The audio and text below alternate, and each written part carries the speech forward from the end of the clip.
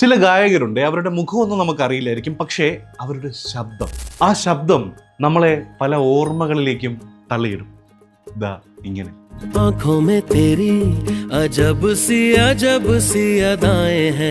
ഈ ശബ്ദം ഇന്ന് നമ്മളോടൊപ്പം ഇല്ല എന്നുള്ളതാണ് ഏറ്റവും വലിയ ദുഃഖം. മലയാളിയായ പാൻ ഇന്ത്യൻ ഗായകൻ കൃഷ്ണകുമാർ കുന്നത്തെന്ന KK. ശരിക്കും ഈ ശബ്ദം തന്നെയല്ലേ പുള്ളിയുടെ ഐഡന്റിറ്റി. ഇന്നും പലർക്കും ഈ പാട്ടൊക്കെ ആരാണ് പാടിയതെന്ന് അറിയില്ല എന്നുള്ളതാണ് സത്യം.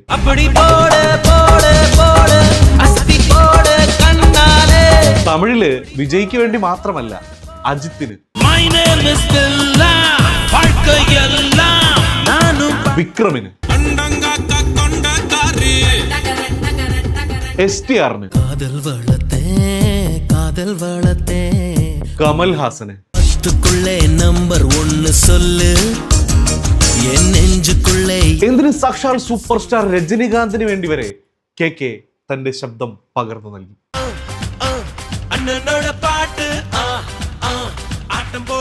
പാടിയ പാട്ടുകളെല്ലാം സൂപ്പർ ഹിറ്റുകൾ.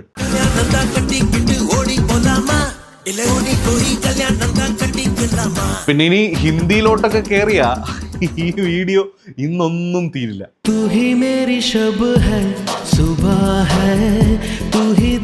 അത്രത്തോളം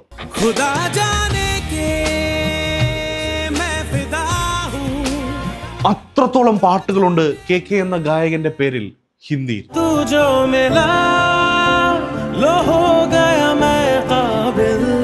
ഹാരിസ് ജയരാജിന്റെ പാട്ടുകൾ KK പാടുമ്പോ അതിന് വേറെ തന്നെ ഒരു സുഖമായിരുന്നു.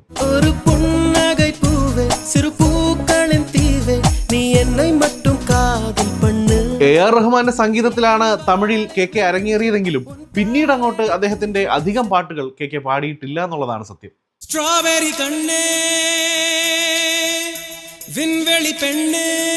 ഭരദ്വാജിന്റെയും വിദ്യാസാഗറിന്റെയും പാട്ടുകൾ KK എന്ന ഗായകന്റെ വേഴ്സറ്റൈലിറ്റി എക്സ്പ്ലോർ ചെയ്തു.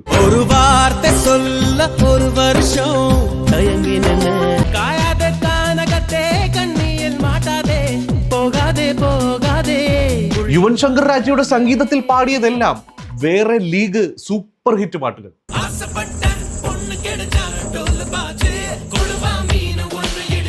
ഇതിനിടെ മലയാളത്തിൽ ഒരേ ഒരു പാട്ട്. ദീപക് ദേവാണ് KKയെ മലയാളത്തിലേക്ക് കൊണ്ടുവരുന്നത് പുതിയ മുഖത്തിന് വേണ്ടി.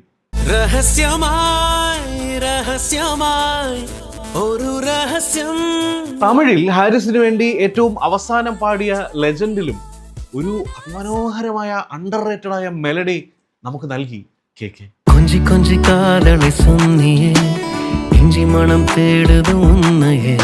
2022 കൊൽക്കത്തയിലെ ഒരു ലൈവ് ഷോയിൽ പാടി ഇറങ്ങിയ KK പിന്നീട് ഒരു വേദിയിലും പാടിയില്ല. അകാലത്തിൽ ആ ശബ്ദം നമുക്ക് നഷ്ടമായി.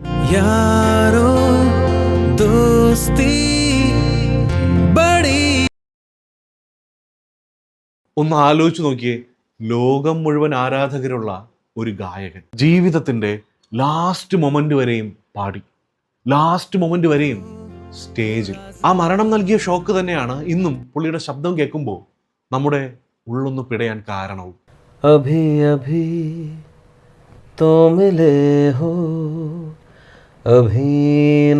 KK പാടി ഒത്തിരി പേരുടെ മനസ്സിൽ നിറഞ്ഞു നിൽക്കുന്ന, ഇന്നും കേട്ടാൽ അറിയാതെ കണ്ണ് നിറഞ്ഞു പോകുന്ന അതിമനോഹരമായ ഒരു അമ്മ പാട്ടുണ്ട്. എഗെയിൻ ഇത് ഇദ്ദേഹത്തിന്റെ ശബ്ദമാണെന്ന് ഇപ്പോഴും പലർക്കും അറിയില്ല.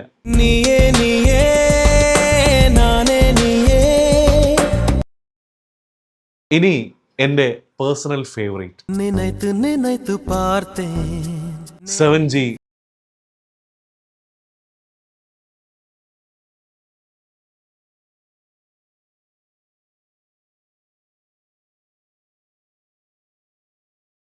എരിയും കടിതം എതിർക്ക് പെണ്ണേ.